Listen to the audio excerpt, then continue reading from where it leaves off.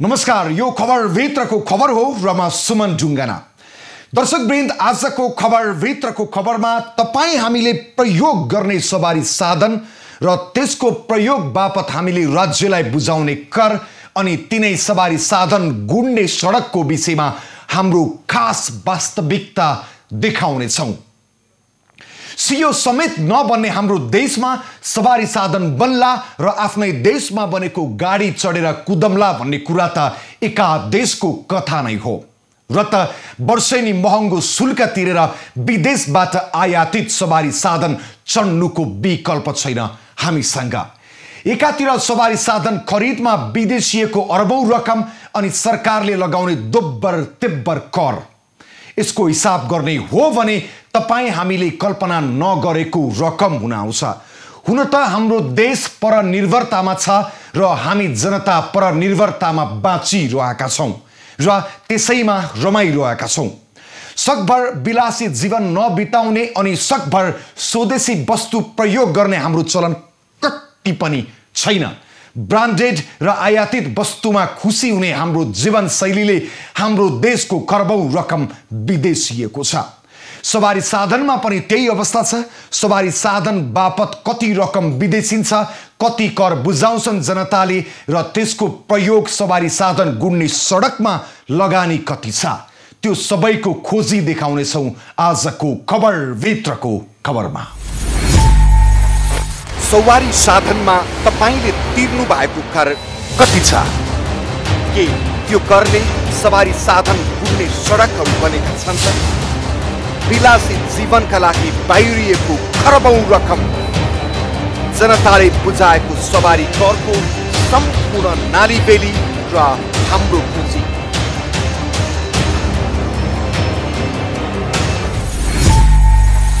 दर्शकवृन्द, सवारी साधनमा तपाईले तिरेको कर कति छ के तपाईलाई थाहा छ? के त्यो करले सवारी साधन गुड्ने सडक बनेको छ त? यो तपाईलाई थाहा छ त? अनि विलासी जीवनका लागि बाहिरिएको खरबौं रकम कति छ यो पनि तपाईलाई थाहा छैन होला। उता दोब्बर तिब्बर कर तिरेर सवारी साधन ल्याएपछि फेरि हरेक वर्ष यातायात व्यवस्था विभागमा पनि नवीकरण बापत कर तिर्नुपर्छ। करै कर हो, जताततै करै कर तिर्नुपर्छ। हामी जनताले त्यो करबाट देखिने गरी विकासमा भर पर्न भने पाएका छैनौं। हामी पछिल्लो 3 वर्षको आँकडा हेर्ने हो भने सवारी साधन आयातको मिटर हरेक वर्ष बढेको बढै छ। त्यही मात्रामा कर सङ्कलन पनि भइरहेको छ। सवारी साधन आयात बापतको बाहिरिएको रकम र उठेको कर लगायतको वास्तविक तथ्याङ्क सहितको यो रिपोर्ट हेर्नुहोस्।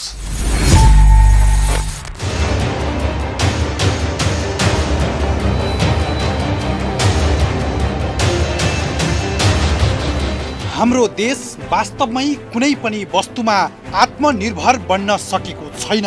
हाम्रो भान्सामा दैनिक पाक्ने दाल चामलदेखि विलासीका महँगा सामान आयात गरिरहेका छौं हामीले र तिनै सामान खरिद गरे बापत वर्षौने खरबौं रुपैयाँ बाहिरिरहेको छ। देशमा पनि सबैभन्दा बढी सवारी साधन आयात गर्दा विदेशिन्छ निकै ठुलो रकम। त्यसकारण दैनिक उपभोग गर्ने वस्तुदेखि विलासीका सामग्रीहरू समेतमा परनिर्भर बन्नु परेको यथार्थ छ हामीसँग। नेपालमै उत्पादन हुने वस्तु समेत वार्षिक अरबौं रुपैयाँको आयात गरिरहेको हाम्रो देशले नेपालमा उत्पादन नहुने सवारी साधन वार्षिक खरबौं रुपैयाँको आयात गर्नु नौलो कुरा भने होइन। तर पनि देशभित्रै उत्पादन नहुने तर सबैको आवश्यकता बनेको सवारी साधन आयात गर्दा वार्षिक खरबौं रकम बाहिरिएको मात्र छैन, त्यसबाट भन्सार शुल्क बापत खरबौं रुपैयाँ उठाइरहेको छ सरकारले। 75-76 मा हेर्नुभयो भने यो जुन सवारी साधनको शीर्षक छ 87 भन्ने 87 शीर्षकभित्रका सबै खालको सवारी साधन जोड्नु भने करिब 73 अर्ब जतिको चाहिँ इम्पोर्ट भएको देखिन्छ। 75-76 मा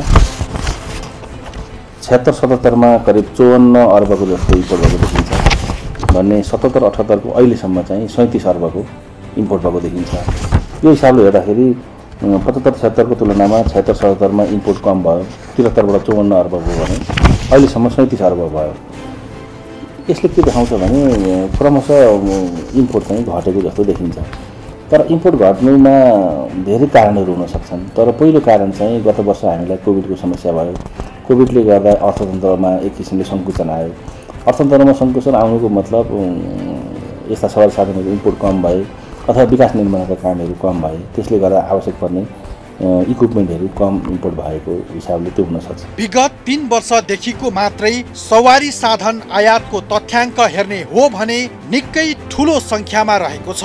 नेपालमा 22 देखि 28 वटा शीर्षकमा सवारी साधन भित्रने गरेका छन्। आर्थिक वर्ष 2075-76 मा मात्रै आयात गरिएका विभिन्न किसिमका सवारी साधनहरू यस प्रकार रहेका छन्। सवारी साधन संख्या ट्र्याक्टर तथा ट्रिलर संख्या 27,675। यस बापत उठेको भन्सार कर 2,19,43,04,000। बस 1,621 वटा। यस बापत उठेको भन्सार कर 1,28,60,48,000। मिनी बस 358 वटा। यस बापत उठेको भन्सार कर 63,25,46,000। माइक्रो बस 421 वटा। यस बापत उठेको भन्सार कर 41,20,78,000।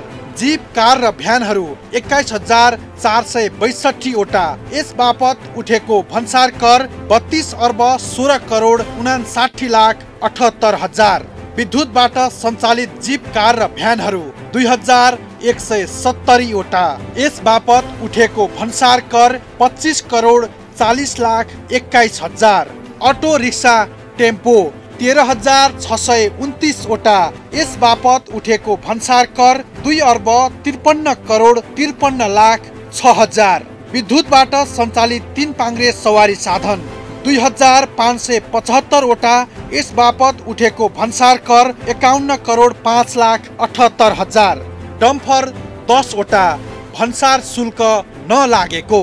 डबल क्याब पिकअप गाडी 3,261 वटा। यस बापत उठेको भन्सार कर 5,53,09,37,000। सिंगल क्याब पिकअप गाडी 5,289 वटा। यस बापत उठेको भन्सार कर 3,66,31,29,000। ट्रक तथा मिनी ट्रक 5,823 वटा। यस बापत उठेको भन्सार कर 4,35,31,13,000। क्रेन तथा लहरी 13 वटा। यस बापत उठेको भन्सार कर 25,05,79,000। दमकल 23 वटा। यस बापत उठेको भन्सार कर 23,04,000। कंक्रिट मिश्रण लहरी 184 वटा। यस बापत उठेको भन्सार कर 16,94,61,000। अन्य स्प्रेइङ घुम्ती लहरी 49 वटा। यस बापत उठेको भन्सार कर 79,95,09,000। ब्रुमर 2 वटा। यस बापत उठेको भन्सार कर 22,07,000। डम्फर 16,908 वटा। यस बापत उठेको भन्सार कर 10,19,68,000। कारखाना वा स्टेसनमा प्रयोग हुने गाडीहरू 87 वटा। यस बापत उठेको भन्सार कर 14,97,000। मोटरसाइकल 1,03,054 वटा। यस बापत उठेको भन्सार कर 17,23,02,04,000। मोटरसाइकल अनएसेम्बल्ड 86,971 वटा। यस बापत उठेको भन्सार कर 6,81,91,80,000। विद्युतीय मोटरसाइकल 2,047 वटा। यस बापत उठेको भन्सार कर 24,03,29,000। आर्थिक वर्ष 2075-76 मा आयात भएका जम्मा सवारी साधन संख्या 3,73,622 वटा। आर्थिक वर्ष 2075-76 मा सवारी साधन आयातबाट सरकारलाई भन्सारबाट उठेको राजस्व 76,77,46,25,000। आर्थिक वर्ष 2075-76 मा सवारी साधन खरिद गरे बापत विदेशिएको रकम 73,54,83,27,000 रहेको थियो।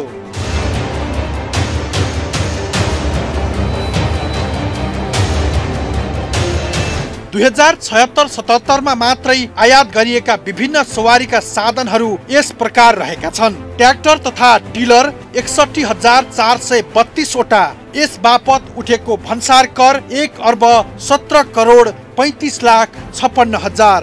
बसको संख्या 554 वटा, यस बापत उठेको भन्सार कर 55,32,47,000। मिनी बस 2060 वटा, यस बापत उठेको भन्सार कर 46,49,52,000। माइक्रो बस 446 वटा, यस बापत उठेको भन्सार कर 45,45,87,000। जीप कार र भ्यानहरू 10,419 वटा, यस बापत उठेको भन्सार कर 21,50,57,08,000।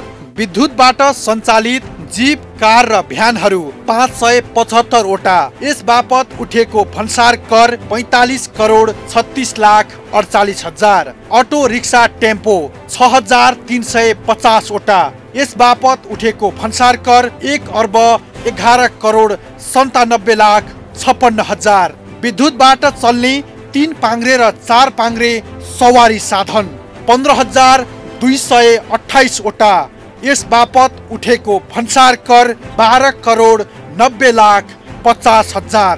डम्फर 37 वटा, यस बापत उठेको भन्सार कर 1,000। एम्बुलेन्स तथा सब वाहन 39 वटा, यस बापत उठेको भन्सार कर 12,09,93,000। डबल क्याब पिकअप गाडी 2,094 वटा, यस बापत उठेको भन्सार कर 93,45,66,53,000 रुपैयाँ।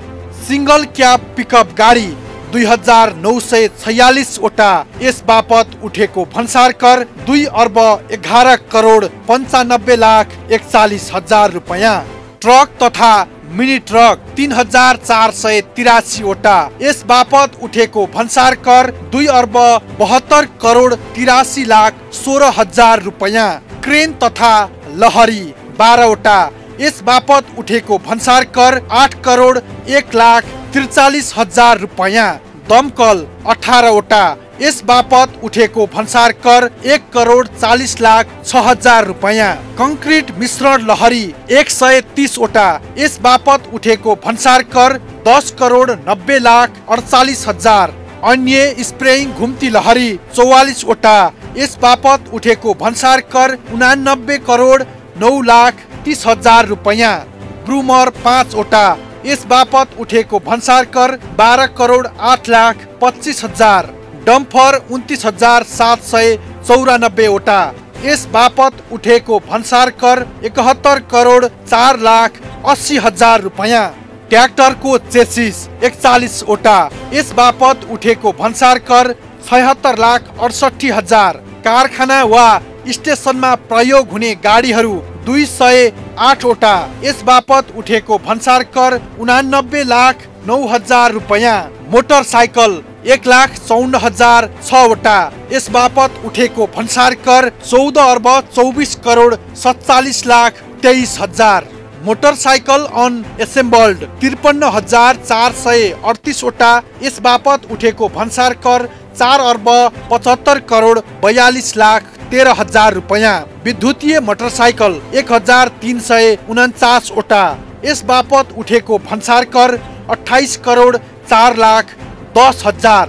आर्थिक वर्ष 2076-77 मा आयात भएका जम्मा सवारी साधनको संख्या 3,42,905 रहेका छन्। सोही वर्ष सवारी साधन आयात गर्दा सरकारलाई भन्सारबाट उठेको राजस्व 53,47,72,78,000 रहेको थियो।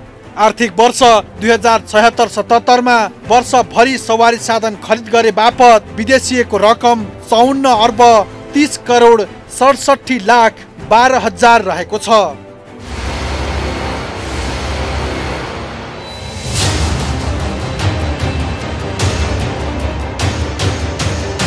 आर्थिक वर्ष 2077-78 को पुस मसान्तसम्म मात्रै आयात गरिएका विभिन्न किसिमका सवारी साधनहरू यस प्रकार रहेका छन्। ट्र्याक्टर तथा टेलरहरू 45,913 वटा। यस बापत उठेको भन्सार कर 1,33,97,08,000 रुपैयाँ। बस 82 वटा। यस बापत उठेको भन्सार कर 55,13,08,000 रुपैयाँ। मिनी बस 70 वटा। यस बापत उठेको भन्सार कर 12,59,53,53,000 रुपैयाँ। माइक्रो बस 67 वटा। यस बापत उठेको भन्सार कर 55,68,000 रुपैयाँ। जीप कार र भ्यानहरू 7,334 वटा। यस बापत उठेको भन्सार कर 16,67,97,63,000। अटो रिक्सा टेम्पो 879 वटा। यस बापत उठेको भन्सार कर 14,17,98,000। विद्युतबाट चल्ने 3 पाङ्ग्रे र 4 पाङ्ग्रे सवारी साधन 1,500 वटा। यस बापत उठेको भन्सार कर 83,26,08,000 रुपैयाँ। डम्फर 114 वटा। यस बापत उठेको भन्सार कर 16,47,88,000 रुपैयाँ। एम्बुलेन्स तथा सब वाहन गाडी 59 वटा। यस बापत उठेको भन्सार कर 56,60,000। डबल क्याब पिकअप गाडी 1,150 वटा। यस बापत उठेको भन्सार कर 2,25,18,04,000 रुपैयाँ। सिंगल क्याब पिकअप गाडी 1,189 वटा। यस बापत उठेको भन्सार कर 1,55,52,60,000। ट्रक तथा मिनी ट्रक 2,153 वटा। यस बापत उठेको भन्सार कर 1,37,23,25,000 रुपैयाँ। क्रेन तथा लहरी 4 वटा। यस बापत उठेको भन्सार कर 86,48,000।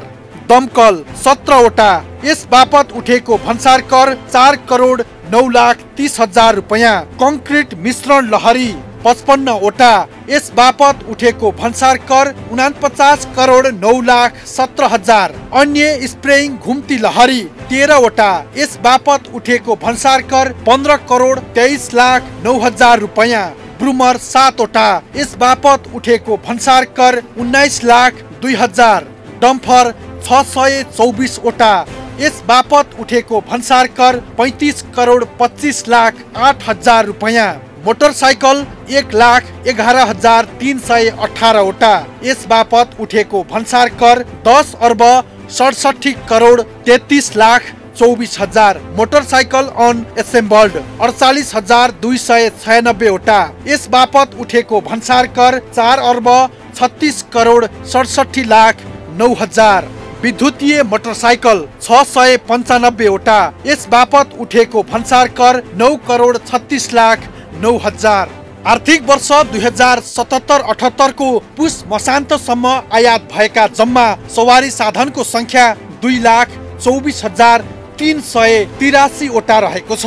यस वर्ष सवारी साधन आयातबाट सरकारलाई भन्सारबाट उठेको राजस्व 38,69,97,04,000 रहेको छ।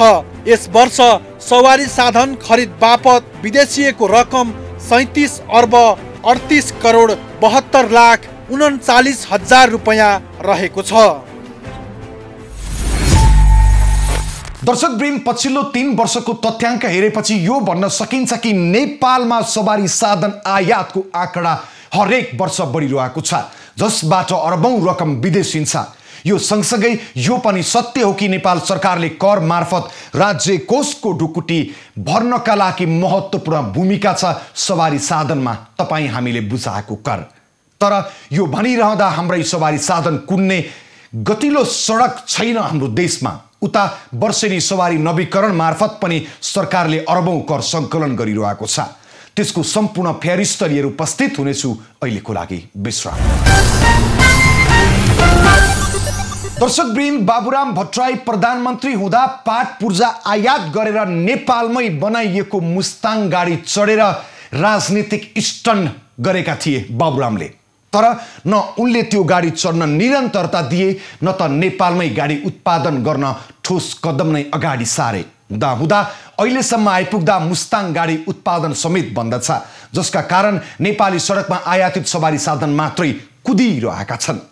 भन्सार विभागको तथ्याङ्क हेर्ने हो भने वार्षिक 70 देखि 80 अर्ब रकम विदेशिन्छ सवारी साधन आयातमा। त्यस्तै 80 अर्बकै हाराहारीमा सवारी साधन आयात गरे बापत राजस्व तिर्ने रहेछन् जनताले पनि। यता देशको यातायातलाई व्यवस्थित बनाउने भन्दै स्थापना गरिएको यातायात व्यवस्था विभाग आफैमा अव्यवस्थित छ। सबैभन्दा बढी जनगुनासो आउने सरकारी कार्यालय हो यातायात व्यवस्था विभाग। जिम्मेवारी व्यवस्थापन गर्ने भनिए पनि यातायातका साधनका नाममा जनतासँग कर असुल्ने काम बाहेक अरू केही गरेको देखिँदैन विभागले। हरेक वर्ष अरबौं कर उठाउँछ जनताबाट, तर मुलुकको यातायात क्षेत्र कति पनि व्यवस्थित भने हुन सकेको छैन।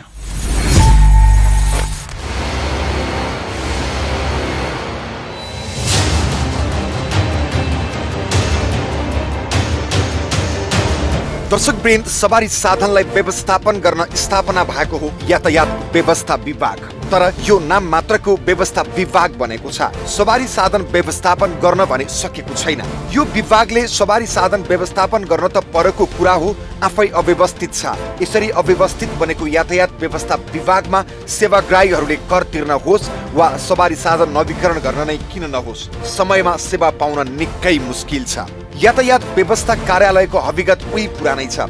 कहिले सर्भर डाउन हुने त कहिले प्राविधिक समस्या भन्छन् अधिकारीहरू। यिनै समस्याका कारण सेवाग्राहीहरू केही मिनेटमा हुने कामको लागि घण्टौंसम्म लाइन लागेर दिन बिताउन बाध्य छन्। यो समस्या हरेक प्रदेशका कार्यालयमा देखिन्छ। यता यातायात व्यवस्था विभाग आफै व्यवस्थित हुन सकेको छैन भने सवारी साधन कसरी व्यवस्थित गर्छ होला? बिचौलियाहरूलाई घुस दिए समयमै काम बन्ने, तर सोझो हिसाबले गयो भने एउटै कामका लागि पनि दिन बिताउनु पर्ने बाध्यताका बीच पनि जनताले जेन तेन कर भने तिरिरहेका छन्। अनि सरकारको ढुकुटीमा अरबौं रुपैयाँ जम्मा भएकै छ, तर जनताको ढाड सेकेर जनताबाटै चर्को रकम असुलेर अरबौं रुपैयाँ उठाएको विभागले के जनतालाई त्यही अनुसारको सुविधा भने दिएको छ त? यो प्रश्नको जवाब पाउन सकेका छैनन् अहिलेसम्म आम जनताले। अनि खोजेको बेला उनीहरूसँग कुनै सवारी साधनको विवरण नै भेटिँदैन भने तथ्याङ्क समेत राख्न सकेका छैनन्। सवारी साधनको व्यवस्था गर्ने जिम्मा पाएको यातायात व्यवस्था विभागको भनाइ के छ हेर्नुहोस्। त्यसलाई एक्ज्याक्टली भन्न सकिँदैन। किन सकिँदैन भने त्यसको दुई तिनवटा कारण छ। एउटा चाहिँ लाइसेन्स लाने मान्छेहरूको क्याटेगोरी दुई किसिमको हुनुभयो। एउटा नयाँ लाइसेन्स लाने, आज ट्रायल पास गर्छ मान्छेले, 2 महिनामा लाइसेन्स लैजान्छ। त्यसले चाहिँ ट्रायल पास गर्दाखेरि कति लाग्छ त्यो छुट्टै, त्यसको चाहिँ गाडीको भए 2000 लाग्छ, मोटरसाइकल भए 500 लाग्छ, होइन 500 1000 कति लाग्छ। अब त्यो कार्यालयमा थाहा हुन्छ एक्ज्याक्ट कति दरेट हो भन्ने, त्यो कार्यालयहरूबाट थाहा हुन्छ। एउटा चाहिँ त्यो, अर्को चाहिँ रिन्यू गर्नेको हुन्छ। रिन्यू गर्दाखेरि पनि एउटा चाहिँ क्याटेगोरी हेरेर रिन्यू हुन्छ। क्याटेगोरी ए मोटरसाइकल भनेको ए हो, के भनेको चाहिँ तपाईँको स्कुटर हो, बी भनेको चाहिँ कार हो, र अरू ट्रकहरू, ठुला गाडीहरू यस्तोको पनि अलग अलग दर रेट हुन्छ। त्यस कारण अलग अलग दर रेट अनुसारको राजस्व उठ्ने भएको हुनाले एक्ज्याक्टली चाहिँ यो 20 लाख काँड बराबर कति राजस्व उठ्यो भने त भन्न सकिँदैन, गाह्रो हुन्छ। त्यो चाहिँ सम्बन्धित कार्यालयहरूकै उठाएको राजस्व हेरेर मात्रै भन्न सकिन्छ, त्यो सिस्टममा आउँदैन।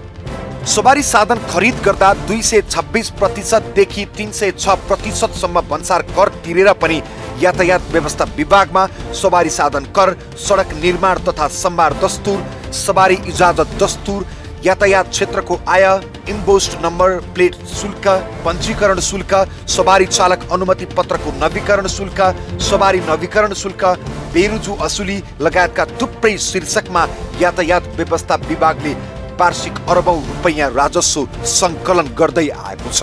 यातायात व्यवस्था कार्यालय साना ठुला सवारीमा 4 पाङ्ग्रा वा सोभन्दा बढी पाङ्ग्रा भएका सवारी साधनहरू दर्ता हुन्छन्।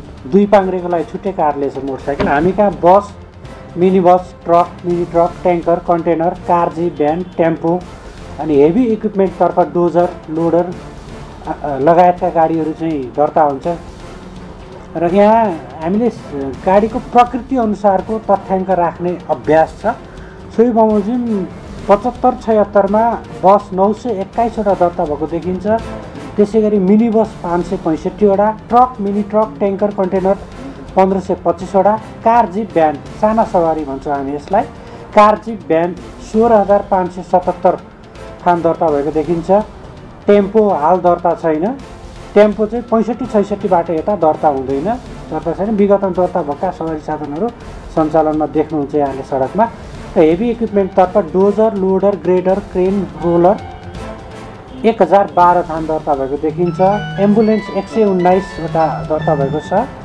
पिकअप 4628 थान, त्यसै गरी स्काइभेटर 684 थान, टिपर 1556 थान र कूटनैतिक गाडी भन्छौँ निलो प्लेटमा सञ्चालन हुन्छ यहाँले देख्नुहुन्छ। डिप्लोमेटिक भेहिकलहरू 135 थान र माइक्रोबस 371 गरेर आर्थिक वर्ष 75-76मा कुल 28,093 थान सवारी साधनहरू दर्ता भयो। गत आर्थिक वर्ष र चालु आर्थिक वर्षको पुस मसान्तसम्म यातायात व्यवस्था विभागले सङ्कलन गरेको राजस्वको विवरण हेर्नुहोस्। आर्थिक वर्ष 2074-75 भएको राजस्व सङ्कलनको विवरण प्रदेश नम्बर 1 सवारी साधन कर 1,16,17,81,920 रुपैयाँ।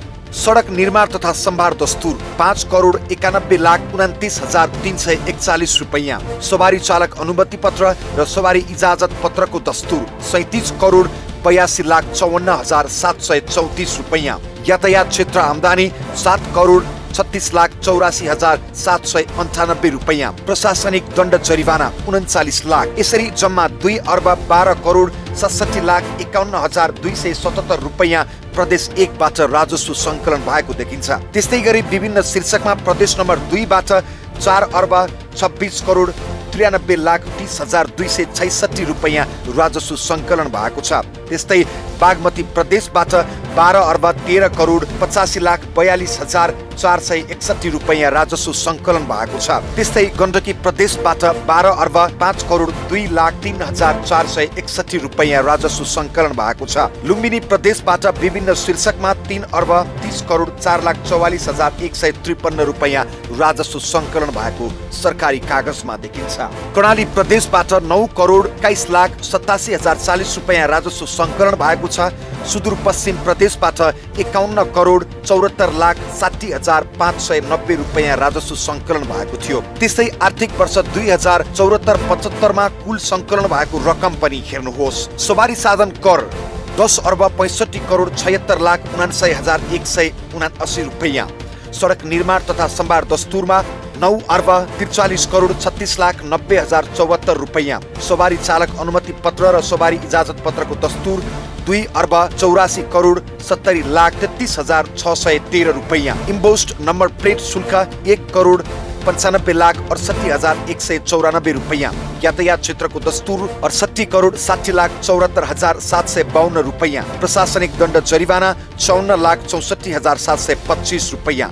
बेरुजु 3,88,810 रुपैयाँ गरी जम्मा राजस्व 23,64,79,19,347 रुपैयाँ राजस्व सङ्कलन भएको देखिन्छ। त्यस्तै आर्थिक वर्ष 2075-76 28,17,34,00,000 र आर्थिक वर्ष 2076-77 कुल 26,41,35,00,000 कर जनताले तिरेका थिए। चालु आर्थिक वर्षको पुस मसान्तसम्म 13,36,52,00,000 राजस्व सङ्कलन भइसकेको छ। हो, यातायात व्यवस्था विभागले वार्षिक उठाएको राजस्व हेर्ने हो भने निकै ठुलो छ, तर जनताले भोगेको समस्या र यातायात व्यवस्था कार्यालयको अव्यवस्थाले भने त्यो राजस्वलाई गिजाइरहेको छ। प्रश्न यो छ कि जनताको यातायात व्यवस्था विभागको काम जनताबाट कर मात्र असुल्ने हो कि अव्यवस्थित हाम्रो यातायात क्षेत्र व्यवस्थित पनि गर्ने हो? यसको जवाफ विभागले दिनै पर्छ। हो दर्शकवृन्द, सवारी साधन आयात गर्दादेखि त्यसको दर्ता र हरेक वर्ष गर्नुपर्ने नवीकरण र जनताले तिरेको राजस्व हेर्ने हो भने हरेक वर्ष खरबभन्दा बढी रकम राज्यले सङ्कलन गर्ने रहेछ सवारी साधन मार्फत। तर तिनै सवारी साधन गुड्ने सडकको अवस्था भने अत्यन्तै नाजुक छ हाम्रो देशमा। पाइला पाइलामा हामीबाट राज्यले कर उठाउने तगारो हालेको छ, तर जनताले तिरेको कर बापतको सुविधा भने अत्यन्तै न्यून छ। हरेक वर्ष सवारी साधनका नाममा जनताबाट कर असुल्ने सरकारले तिनै सवारी साधन कुद्ने सडकमा के गरेको छ त्यो देखाउनेछौँ अहिलेको लागि विश्राम। दर्शकवृन्द, सामान्य दैनिक उपभोग्य वस्तु त आयात गर्नुपर्ने हाम्रो देशले चिल्ला गाडी बनाउला, चिल्ला सडक निर्माण गर्ला र सुलुलु कुदौला भन्ने त सपना मात्रै भयो। वर्षेनी खरब हाराहारी रकम विदेशिन्छ सवारी साधन आयातमा अनि खरबकै हाराहारीमा राजस्व उठाउँछ भन्सार विभागले। उता यातायात व्यवस्था विभागले पनि वर्षेनी अरबौं रकम राजस्व उठाउँछ जनताबाट। अनि त्यही रकम बराबरको सडक सञ्जाल विस्तार भएको छ कि छैन त भनेर आम जनताले प्रश्न गर्ने कि नगर्ने। जानकारहरूका अनुसार तराई क्षेत्रमा 2 लेनको पक्की सडक निर्माण गर्न प्रति किलोमिटर 7 देखि 8 करोड रुपैयाँ लाग्छ भने पहाडमा प्रति किलोमिटर 10 करोड भन्दा बढी रकम खर्च लाग्ने अनुमान छ। हाम्रो देशमा मुख्य राजमार्गहरूको निर्माण सडक विभागले गर्छ भने अन्य स्थानीय तह अन्तर्गत पर्दछन्। पछिल्लो 2 वर्षको तथ्याङ्क हेर्दा सडक निर्माण र मर्मतको काम पहिलाको तुलनामा राम्रो मान्न सकिन्छ, तर पर्याप्त भने छैन।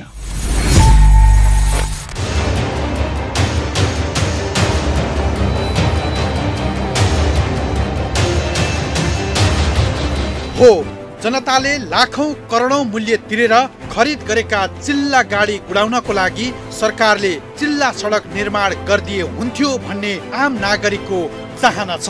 तर सरकारले जनताको चाहना अनुसार र सरकारको आफ्नै लक्ष्य अनुसार सडक निर्माण भएको छ कि छैन, पछिल्लो 3 वर्षको यो तथ्याङ्क पनि हेर्नुहोस्। विगत 3 वर्षको कालोपत्रे सडक निर्माणको प्रगति विवरण। 2074-75 मा जम्मा 1027 किलोमिटर सडक कालोपत्रे गर्ने लक्ष्य लिएकोमा जम्मा 904 किलोमिटर सडक मात्र कालोपत्रे भयो। त्यस्तै 2075-76 मा जम्मा 1226 किलोमिटर सडक कालोपत्रे गर्ने लक्ष्य लिएकोमा जम्मा 998 किलोमिटर मात्र कालोपत्रे भयो। त्यस्तै 2076-77 मा जम्मा 1200 किलोमिटर सडक कालोपत्रे गर्ने लक्ष्य लिएकोमा जम्मा 727 किलोमिटर सडक मात्र कालोपत्रे भयो। विगत 3 वर्षमा नयाँ ट्र्याक निर्माणको प्रगति विवरण। 2074-75 मा कुल 1020 किलोमिटर ट्र्याक निर्माण सम्पन्न गर्ने लक्ष्य लिएकोमा जम्मा 971 किलोमिटर ट्र्याक मात्र सम्पन्न भयो। 2075-76 मा पनि कुल 651 किलोमिटर ट्र्याक निर्माण गर्ने लक्ष्य लिएकोमा जम्मा 440 किलोमिटर मात्र ट्र्याक सम्पन्न भयो। त्यस्तै 2076-77 मा कुल 500 किलोमिटर ट्र्याक निर्माण सम्पन्न गर्ने लक्ष्य लिएकोमा जम्मा 365 किलोमिटर मात्र ट्र्याक निर्माण सम्पन्न भयो। विगत 3 वर्षको पुल निर्माणको विवरण। 2074-75 मा कुल 100 पुल निर्माण गर्ने लक्ष्य लिएकोमा जम्मा 82 वटा पुलको निर्माण कार्य सम्पन्न भएको थियो। त्यस्तै 2075-76 मा पनि कुल 300 वटा पुल निर्माण गर्ने लक्ष्य लिएकोमा जम्मा 243 वटा मात्र पुलको निर्माण कार्य सम्पन्न भएको थियो। त्यस्तै 2076-77 मा कुल 300 वटा पुल निर्माण कार्य सम्पन्न गर्ने लक्ष्य लिएकोमा जम्मा 210 वटा पुलको निर्माण कार्य सम्पन्न भएको थियो। विगत 3 वर्षको आवधिक मर्मत सम्भारको प्रगति विवरण। 2074-75 मा कुल 600 किलोमिटर आवधिक मर्मत सम्भार गर्ने लक्ष्य लिएकोमा जम्मा 332 किलोमिटर मात्र आवधिक मर्मत सम्भार सम्पन्न भएको थियो। 2075-76 मा कुल 334 किलोमिटर आवधिक मर्मत सम्भार गर्ने लक्ष्य लिएकोमा जम्मा 230 किलोमिटर मात्र आवधिक मर्मत सम्भार सम्पन्न भएको थियो। त्यस्तै 2076-77 मा 524 किलोमिटर आवधिक मर्मत सम्भार गर्ने लक्ष्य लिएकोमा कुल 360 किलोमिटर आवधिक मर्मत सम्भार कार्य मात्र सम्पन्न भएको छ। हो दर्शकवृन्द, पछिल्लो 3 वर्षको सडक निर्माण र कालोपत्रे त्यसै गरी पुल निर्माणको तथ्याङ्क हेर्ने हो भने कुनै पनि वर्ष लक्ष्य अनुसार काम भएको देखिँदैन। वर्षिने खरब हाराहारी रकम विदेशिन्छ सवारी साधन आयातमा अनि खरबकै हाराहारीमा राजस्व उठाउँछ भन्सार विभागले। यता यातायात व्यवस्था विभागले पनि वर्षिने अरबौं रकम राजस्व उठाउँछ जनताबाट अनि त्यही रकम बराबरको सडक सञ्जाल विस्तार भएको छ कि छैन भन्ने जनताको प्रश्नको चित्त बुझ्दो जवाब छैन सम्बन्धित निकायसँग पनि। ठुला सडक सञ्जाल निर्माणको जिम्मा पाएको सरकारी निकाय सडक विभाग पनि स्वीकार छ आफूहरूले लक्ष्य अनुसार काम गर्न नसकेको यथार्थलाई। सडक विभागले जति बजेट विनियोजन भएको छ त्यो विनियोजन भएको बजेटमध्ये धेरै प्रतिशत हामीले खर्च गरेका छौँ। जनजन 80-90% खर्च भएको पनि रहेको छ। तर विगतको वर्षहरूको तुलना हेर्दा जस्तो 74-75 मा हेऱ्यो भने हामीसँग 79 अर्ब रुपियाँ चाहिँ हामीलाई बजेट विनियोजन भएको थियो भने 81 अर्ब खर्च भएको थियो। अब प्रतिशत त्यो निकाल्न सकिन्छ हैन। 75-76 मा 108 अर्ब चाहिँ विनियोजन भएको थियो भने हामीसँग 79 झन्डै 80 अर्ब चाहिँ हाम्रो खर्च भएको अवस्था छ। र 76-77 मा 127 अर्ब चाहिँ विनियोजन भएको थियो र त्यसमा 69 अर्ब गएको यो कोरोनाले गर्दाखेरि यसमा चाहिँ गएको वर्ष त्यति प्रगति हुन सकेन। कालोपत्री सडकहरूको सिनारियो हेर्ने हो भनेदेखि 74-75 मा 1027 किलोमिटर चाहिँ कालोपत्री भनेको यो अपग्रेडिङलाई पनि हामीले चाहिँ कालोपत्रीमै राख्छौँ। जुन 2 लेनको सडक थियो 4 लेन बनाइयो भने त्यसलाई पनि उसमा राख्छौँ। त्यसमा 904 किलोमिटर 74-75 मा हामीले सम्पन्न गरेका थियौँ भने 75-76 हाम्रो 1226 किलोमिटर हाम्रो लक्ष्य थियो। 988 किलोमिटर हामीले सम्पन्न गऱ्यौँ भने 76-77 मा पनि 1200 किलोमिटर नै चाहिँ लक्ष्य थियो। त्यसमा 729 किलोमिटर गत वर्षको चाहिँ हाम्रो प्रगति अलिकति कम छ यो कोरोना कोभिडको कारणले गर्दाखेरि। यहाँले भने जस्तो यो नयाँ ट्र्याक निर्माणको लक्ष्य पनि 74-75 मा 1020 किलोमिटर थियो 971 किलोमिटर भयो। त्यस्तै गरेर 75-76 मा 651 किलोमिटर लक्ष्य राखिएको थियो भने 440 किलोमिटर चाहिँ नयाँ ट्र्याक निर्माण भएको छ। र 76-77 मा 500 किलोमिटर लक्ष्य राखिएको थियो त्यो चाहिँ 365 किलोमिटर।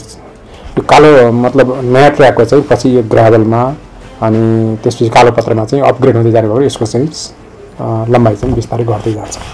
हाम्रा धेरै आयोजनाहरूमा अहिले हामीलाई त्यो हामी त्यसमा चाहिँ सफल भइरहेका छौँ हैन। के भएको छ भन्दा हाम्रो पूर्व तयारी चाहिँ गर्न नपाउँदै हामीले ठेक्कामा जान्छौँ हैन। अनि ठेक्कामा गइसकेपछि पूर्व तयारी नभएका कारणले गर्दा त्यो ठेक्का लम्बिन जान्छ। अनि ती समस्याहरू सल्भ गर्दै काम गर्दै जाँदाखेरि चाहिँ त्यो जुन टाइम ओभररन भनौँ न कन्ट्र्याक्टको चाहिँ बढ्छ। त्यसले सर्टेन केसमा चाहिँ कस्ट पनि बढ्ने सम्भावना पनि हुन्छ हैन। त्यसले गर्दाखेरि त्यही हाम्रो पूर्व तयारीमा चाहिँ हामीले जुन हिसाबले हामीले तयारी गर्नुपर्ने ती कुराहरू हामीले पुरा गर्न सकेको अवस्था छैन। राति किताबमा चाहिँ बजेट एलोकेसन भइसकेपछि हामीले त्यसलाई इम्प्लिमेन्ट गर्नुपर्छ हैन। इम्प्लिमेन्ट गर्न जाँदाखेरि सर्टेन पूर्व तयारीका कामहरू चाहिँ फेरि सुरु गरेर अनि कन्ट्र्याक्टमा जाँदाखेरि चाहिँ त्यो आर्थिक वर्षमा जुन लक्ष्य दिएको थियो त्यो चाहिँ पुरा नहुने हो। तथ्य भन्छ तराई क्षेत्रमा 2 लेनको पक्की सडक निर्माण गर्न प्रति किलोमिटर 7 देखि 8 करोड लाग्छ भने पहाडमा प्रति किलोमिटर 10 करोड भन्दा बढी रकम खर्च लाग्ने अनुमान छ। विगत 3 वर्षको तथ्याङ्क हेर्ने हो भने सडक निर्माण र मर्मतको काम पछिल्लो तुलनामा केही सुधार त भएको छ तर लक्ष्य अनुसार काम भने अझै भएको छैन। सवारी साधन आयातबाट उठेको भन्सार राजस्व अनि वर्षिने यातायात व्यवस्था विभागले सवारी साधन दर्ता नवीकरण र लाइसेन्स नवीकरण शुल्कबाट उठाएको कुल राजस्व खरब भन्दा बढी छ। तर सडक विभागले वार्षिक रूपमा सडक निर्माणको लागि पाउने बजेट पनि 1 खर्ब 50 अर्ब हाराहारी छ। तर जुन अवस्थामा हाम्रा सडक छन् त्यो देख्दा लाग्छ कि बजेट अनुसार सडक निर्माण हुन सकेको छैन। हुन त पछिल्लो 3 वर्ष यता नयाँ सडक निर्माणले गति लिएको भन्ने भाषण हरेक कार्यक्रममा भन्न छुटाउँदैनन् हाम्रा नेताहरूले। तर तथ्याङ्क हेर्ने हो भने पुल निर्माण बाहेक अरू सडक सञ्जालले खासै गति लिएको छैन जसका कारण बजेट खन्याउने काम मात्र भइरहेको छ।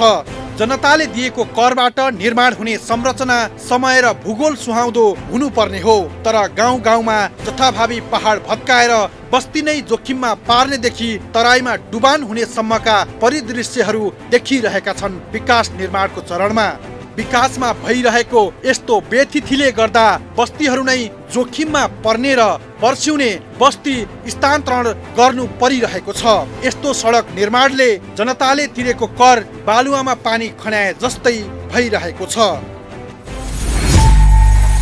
दर्शक वृन्द, सवारी साधन आयातबाट उठेको राजस्व अनि वर्षेनी यातायात व्यवस्था विभागले सवारी साधन दर्ता नवीकरण र लाइसेन्स शुल्कबाट उठाएको कुल राजस्व खरब भन्दा बढी छ अनि सडक विभागले वार्षिक रूपमा सडक निर्माणको लागि पाउने बजेट पनि उठेको राजस्व भन्दा धेरै बढी नै देखिन्छ।